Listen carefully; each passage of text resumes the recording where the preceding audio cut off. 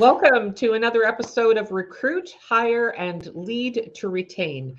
I am your host, Deborah Reynolds, leadership and image expert and owner of About Face Image Consulting. And my co host is recruiting expert Tim Dyck, the owner of Best Culture Solutions. Hey Welcome, there. Tim. Good to see you again. How's your week been?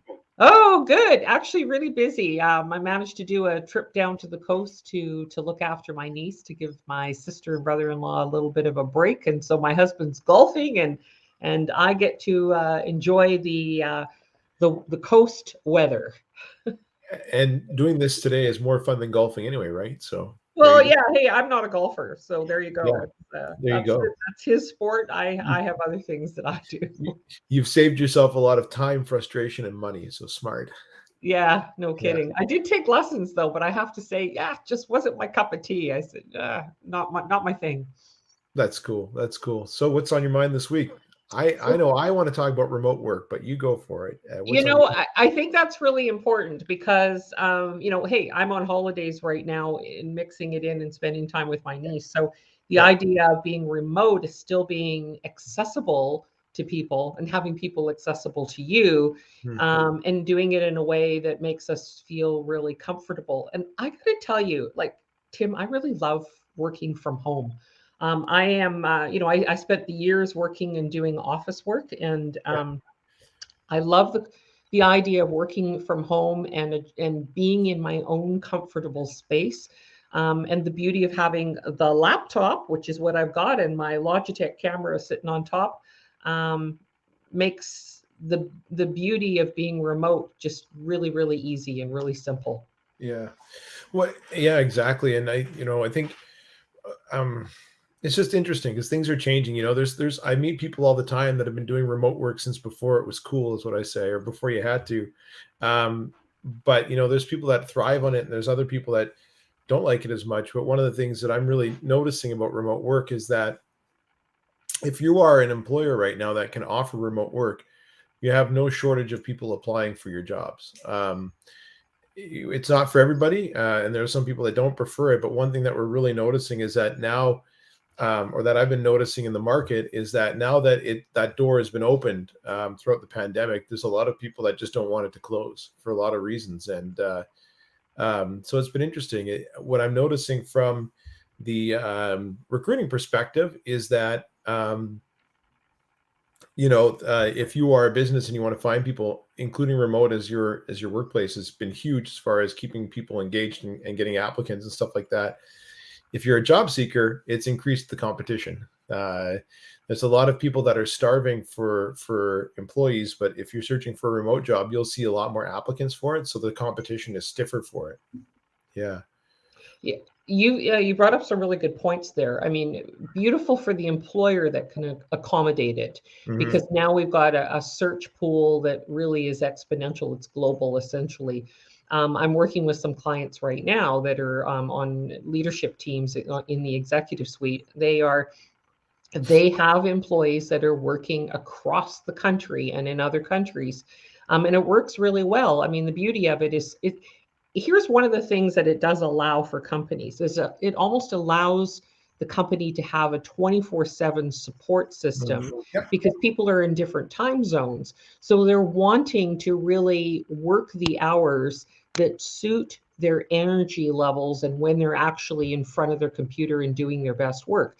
So if you can leverage those time zones, that works incredibly well for the employer. It works really well for the employee as well. I mean, okay, so just to be vulnerable and share a little bit about my Sure. background here is I no longer have kids at home, and the grandkids, we moved from the coast to Kelowna area. So they're not around all the time. So we have the Mm. freedom. However, when I am taking the time and I'm looking after my niece has special needs. And so the beauty of this is that I can build my business around taking care of her and making sure that her needs are well attended to. And then I can step away, give her peace, her quiet time while she's on the computer herself, and I can go off and do my thing, whether it's cleaning up the kitchen or doing laundry or preparing meals or on the computer, and I'm actually working. So I love the flexibility of this. So And you did bring up some points that it could be difficult for some employees as well because they've got this expanded marketplace that they're Yeah. competing against. But then there may be issues in the home environment where the home environment is not suitable because they have young children, and it makes it very difficult for them to manage the kids and manage the noise and the background distractions. Good point. And it's funny, like that is definitely something that people really have to manage. And one of the things that I found, because as you know, I've got two little girls that are 3 and 1, and so just before we were getting ready to go live today, you could hear them playing, and that makes me very happy. I very much like being amidst that. I like the fact that I have the ability to not miss things. I mean, I can't. Obviously, I mean, I have to get work done. I can't just drop everything and play all the time and ignore all my work. But the big advantage for me, as opposed to being in the office, is that at least I can hear what's happening. And there's a whole bunch of happy noises that I will not have missed out on once they're older. And that's been awesome. But one thing that's really helped stay on track as far as being able to tune out some of the extra noise when I need to is, we've worked together on positive intelligence, and that's been huge. And I've noticed that there are some people that if their kids kind of come in and they make noise, they start apologizing and then be quiet. And I've been able to get to a point where I just won't do that. They're there, and that I'm not apologizing for my kids because they're important to me. And as they've gone out now to a park, but if one of them were to walk in, I would just put them on the screen and let them be part of it, because that's just life and reality. But it could be very difficult, to your point, right? Because I mean, how do you I don't want to use the word tune it out because that's not really what you're trying to do, but how do you manage, right, focusing on work when you can hear that stuff in the background and trying to keep that focus on when that's going on? And I can't speak enough about what positive intelligence has done to help with that. Yeah, thank you for mentioning that. And Yeah. I know that positive intelligence was huge for me when it was initially introduced, and that's why I now help people with the mindset piece with that. And you, of course, being one of the key people that initially went through my program with me, and I appreciate your feedback on that.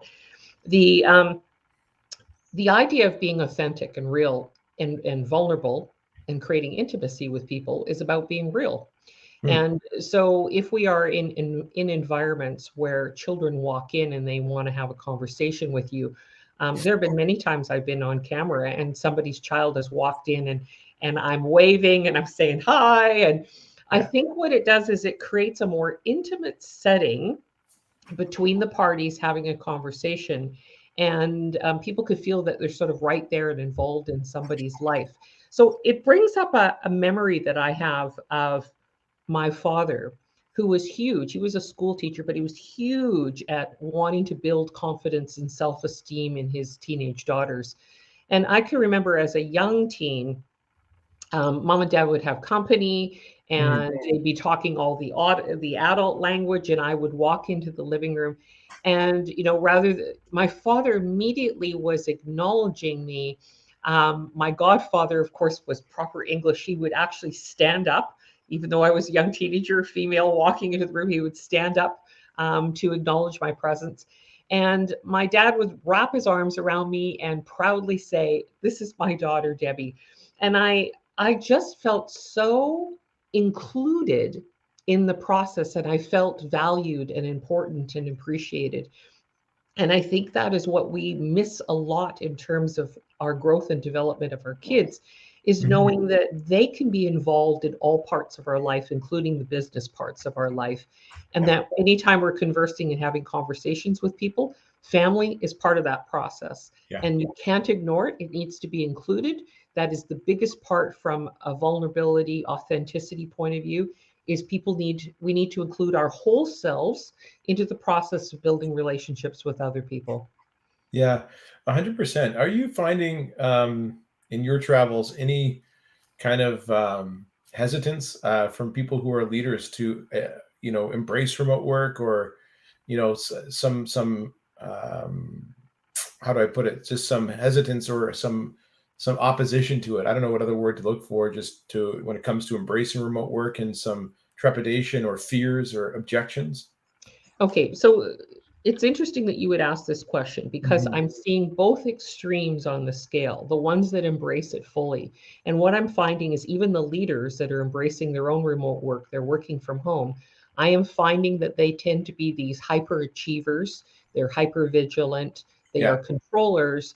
They're having a difficult time putting down the computer, putting down the phone because they want to engage. So shutting off and creating family time or time for themselves can be a little bit more difficult. Entirely possible. It just is a bit of a shift of a mindset of learning to really value who you are and value your self care so Yeah. that you can really free up your brain, and that will give them an opportunity to be more productive actually. So it's not about speeding up the process or stopping and doing certain things. It's about actually slowing things down and making sure that your mind is calm so that you have the capabilities of producing a lot. At the same time, though, I am finding a lot of owners and senior executives that are nervous about, are people really working? And this is a Yeah. trust element. And so what I'm going to say is to the audience members that are having challenges with this has to do with not the right tech in place to monitor that people are actually working, that you could see tangible. So we're looking at maybe different things, KPIs, key performance indicators of where you can measure performance and measure results and progress. And it needs to be built into the business system when people are working on different things so that you can, instead of micromanaging, you can step back, analyze and see who's working and who's actually producing, and then offering support as it is needed. So that element of trust is something that it comes into play with, not just, we're not just talking inputting the technology and the measurement tools. More Yeah. importantly, this is about team leaders building the trust with their employees of knowing that they have real value and contribution to add, and reinforcing that, verbally talking about it, saying, I value you, I appreciate you. If you have questions, if you have input, I want to hear your opinions. And so we need to be able to build that greater trust with our employees at all levels of the organization. It has to be built. That then takes away and alleviates a lot of the fears and concerns that people are not working and producing and you're not getting your full 8 hours. Because that's the big deal.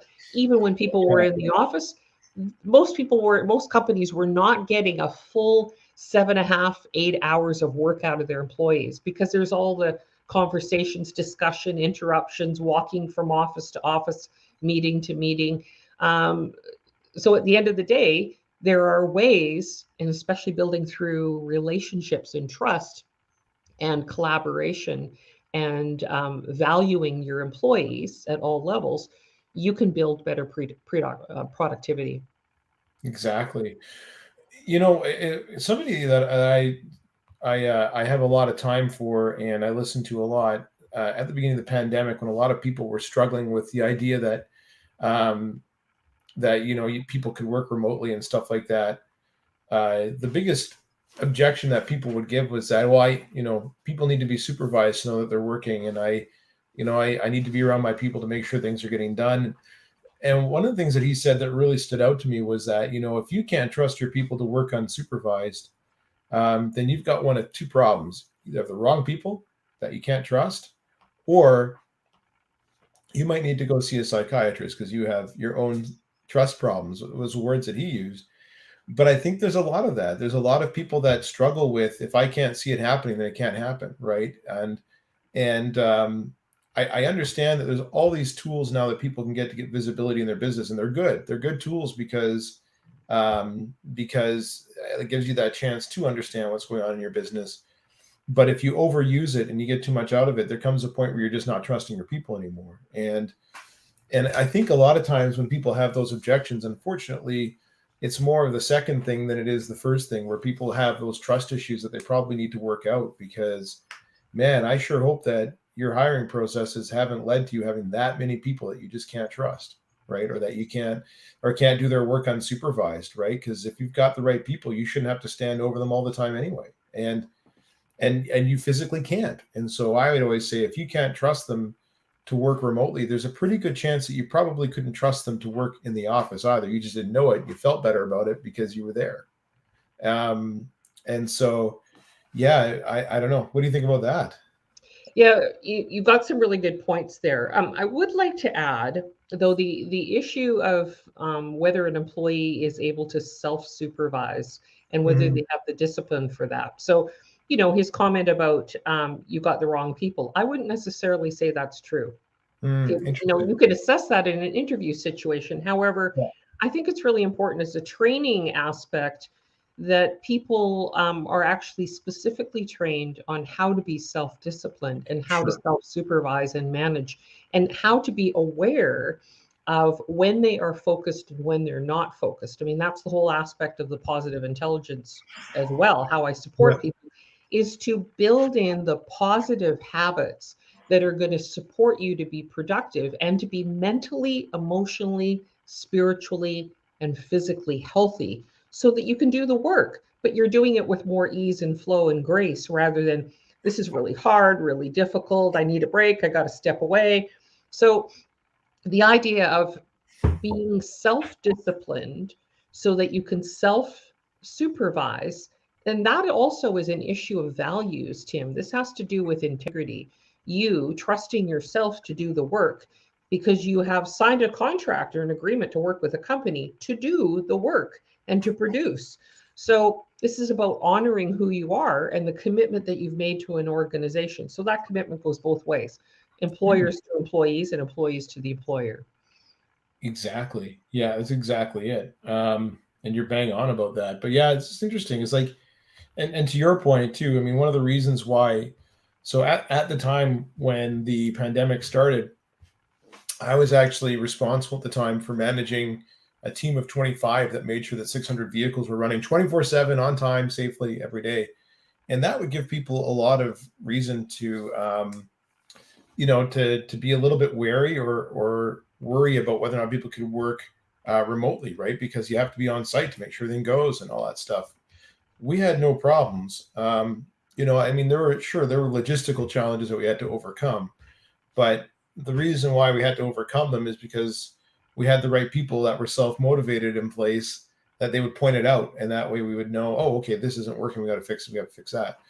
But one of the reasons why I think that we also had success is you mentioned the training, right? We put a big focus on hiring the right person, and then training them on how to do the job, not necessarily having somebody who had 80 years of experience right beforehand. But because we had put that focus on the training piece, people knew what to look for once they were going remotely, and they were self-motivated to work remotely, and we had no issues with that at all whatsoever. I mean, apart from sorting out logistical problems that would have come no matter what, I had no worries at any point about anybody working or not working. Yeah, beautifully said. And I mean, you're talking about creating great synergy amongst the team so that Mhm. you're leveraging everybody's strengths, minimizing the weaknesses, and having everybody work very, harmoniously and collaborate on different issues together. Yeah, So, I mean, it's the essence of really what a team is all about, right? If right. things aren't working, there's a little bit of side peer pressure to lift other people up so that they're all performing to kind of the same standards, and raising those standards as well too, challenging each other but supporting each other through the process when they're struggling. Exactly. Yeah, 100%. You're right. And it's funny you talk about supporting each other through the process while they're struggling. That's what we saw because we had a team that cared about our results and cared about each other. And, I mean, all the things, I don't know if you saw any of this type of stuff during the pandemic, but there would be, when people weren't allowed to visit and stuff like that, you would see people doing drive-bys for people's birthdays, where people drive by in the car and wave. And, we had the team doing that for each other all the time for the first almost 6 months of the pandemic. And yeah, and you just saw that commitment to helping each other. It was pretty cool. You touched on something there that was so important, the drive-bys, not the drive-by shootings but the drive-by, Yeah. hey, celebrate. Yeah. This is about bringing fun back into the workplace environment, and Uh, people want to spend 8, 10, 12 hours a day in an environment where they feel uplifted, happy, where there's humor, where we could joke around, because that creates an environment people want to spend more time in. Yeah. And so if you want to create a good workplace environment, it has to be one where people are not as serious. It could be serious stuff that they're producing or Sure. developing or how they serve, and they're taking it seriously, but they could do it with great joy and great happiness and humor and laughter. And those are the best environments. I mean, when I think back on my career, when I was working in a job per se, the ones where there was a great amount of humor, when people were very collaborative and joking around, those were the environments where I couldn't wait to go back. That's I right. couldn't wait to go back and engage in those discussions again.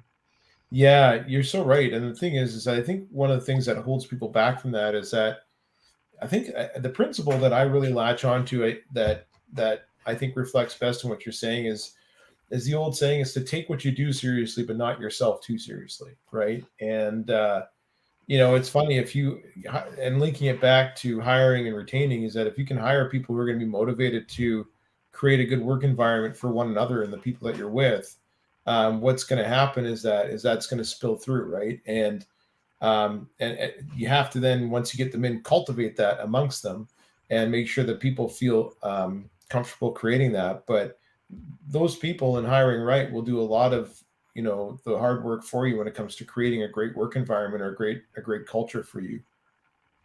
Yeah.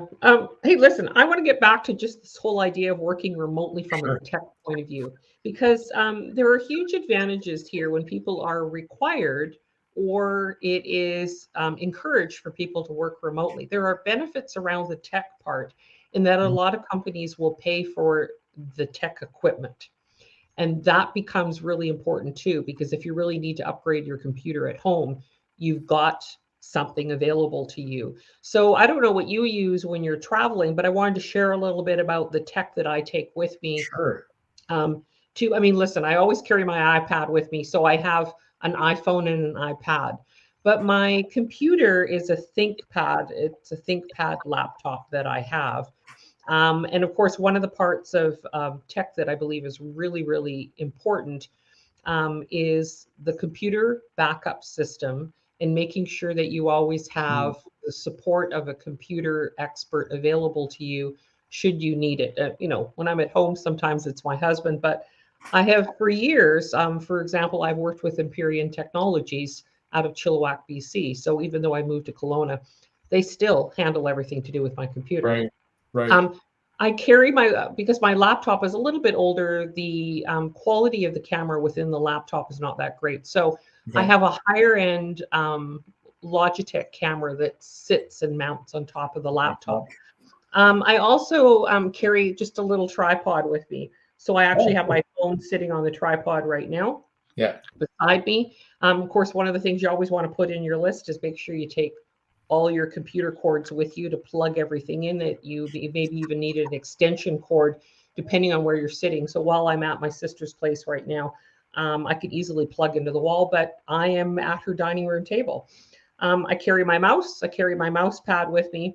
If I need to raise my laptop, which we were talking about before we went live today, I actually grabbed some of her books and I stacked those up so the laptop is sitting up a little higher. And of course, as we're aging with, now that we are older and wiser, I am older and wiser, considerably more than you, Tim. I need my bifocals, I got to have those magnifiers, Costco, have a few of those on hand. But really, that's all I need is I need my laptop. I always carry my briefcase with me, and I've got a few extra things, a few books and things like that in there. I use a full focus planner. Okay. So I take that with me and I'm to be sporty, but basically this is the basic tech that I'm using. It's really easy to pack up. I mean, when I Sure. traveled as a speaker, it's what I carried with me, minus my projector for doing presentations. So I have everything all already preset and ready to go.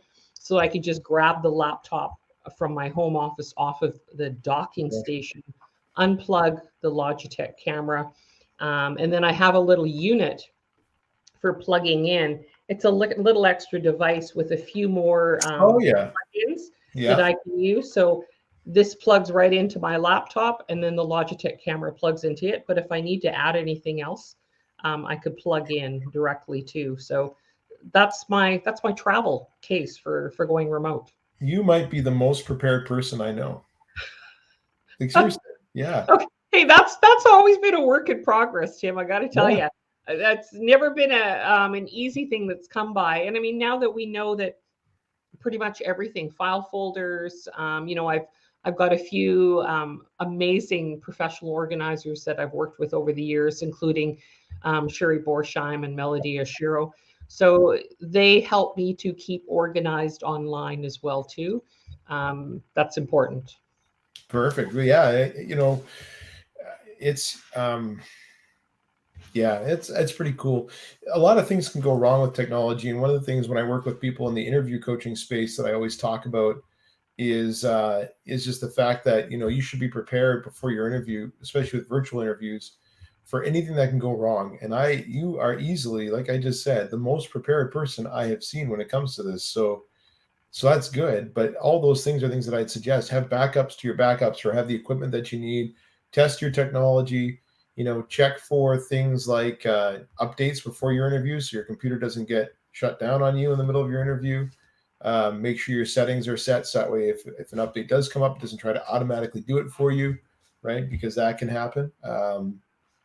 But you are well prepared. I'm impressed.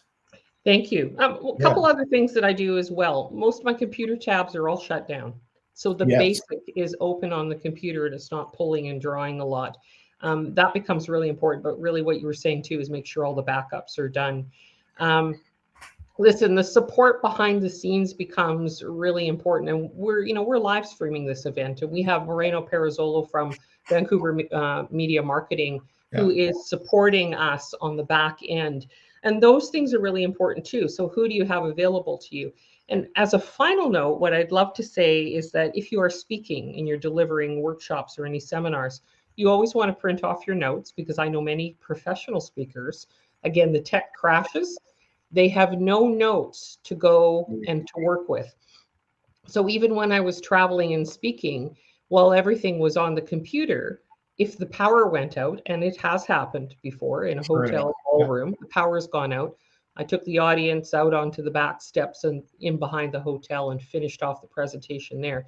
But you want to have your notes separately. I also want to have a different way of connecting. So if the laptop crashes, I can still have a way of connecting through my phone and through Zoom to be able to have a secondary way of connecting with the audience or connecting with the other person.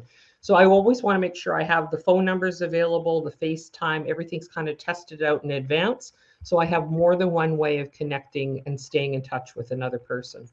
Any last comments, Tim? No, other than that, that's just so smart. One last quick comment to kind of tie it up together when it comes to remote work is that I think one of the things that I've really wondered lately, it might be the way for most employers, and it's easier said than done. There's a lot of different preferences out there. There's a lot of different people that want different things. If workplaces are able to accommodate and just say, do what you want, they're having a lot better luck with retention. The challenge with that is that you have to then be able to plan for people who want to be in the office versus people who don't.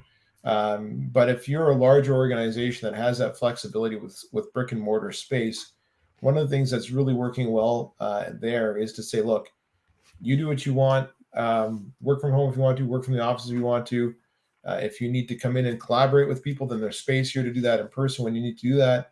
My only requirement is that, things are getting done and when they need to get done. And if that, if you can't manage that balance, then we'll have to figure something out. But I'm noticing that people that are able to accommodate that are having really good results. But also acknowledge the fact that that one is a little bit easier said than done to execute. But always a challenge, but there's always solutions, more than one solution. So listen, we're pretty much at the end of our time. I want to thank you, Tim, for another great session and your input. I appreciate that. Any last words? Thanks so much for it's always fun, and no last words other than thank you. I will see you in a couple weeks. My pleasure. And to our audience, thank you again for joining us for another episode of Recruit, Hire, and Lead to Retain. We will see you again in 2 weeks.